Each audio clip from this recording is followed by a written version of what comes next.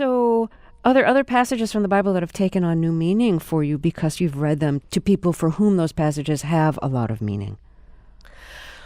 Well, there was one patient, and I didn't even really know him. I actually failed him. I didn't do a very good job with this patient at all, pastorally. And he was a man, I only met him once, and he'd had a stroke, and his wife asked me to go in and see him. He was in a nursing home for rehab and was paralyzed on the right side of his body, and the left side of his body was very spastic, very difficult for him to move.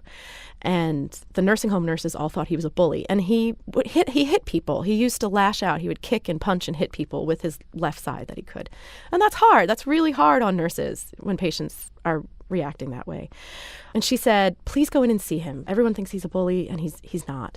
So I went in there, and she said, he loves the Bible. Let him read to you from the Bible. And so I went in, I started to read the Psalms, and he wanted the Bible, so I handed it to him, and he starts to page through, again, with his very, very stiff left hand, and he starts ripping pages out of the Bible, and they're like clumps of them and like individual pages, and they're like there's tissue paper pages in a Bible, and they're floating all around, and I tried to get the Bible back from him, and he hit me, and then I was afraid. I was like, okay, well, I don't know what to do. And then I thought, well, I can't just get up and leave him here with this Bible he's destroying.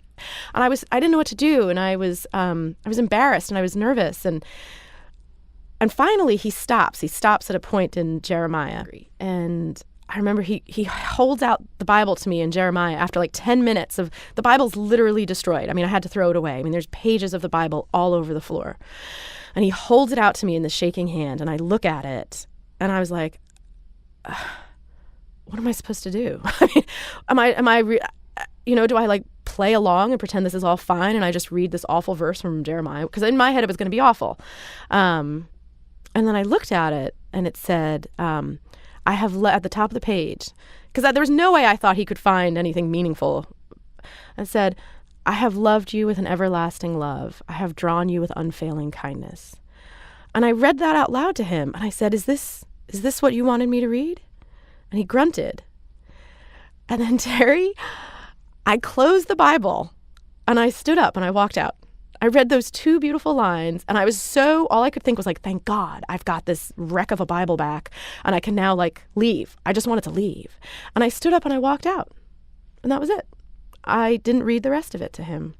And it was only when I got home that I read the rest of that verse. And it's one of the most beautiful verses in the Bible. And it talks about how, the Hebrews were in that Babylonian exile, and how they were so sad, how they had lost everything. They had lost their homes. They had lost their faith. They had lost it all. And that God says, even in the midst of all this loss, I will not abandon you, and that you will be happy again. You will sing again, and you will dance again. And young women with babies and old men, you will all get up and dance again in the fields. I mean, there's no way I ever could have picked a more perfect chapter or verse to have read to him than the one he picked out. And I didn't do it. I read two verses, which should have clued me in that this was going to be some beautiful poetry.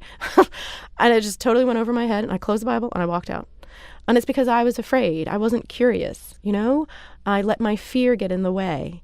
And that's kind of one of the biggest pitfalls as a chaplain, is if you let your fear get in the way, all bets are off. Fear is the enemy of spiritual progress.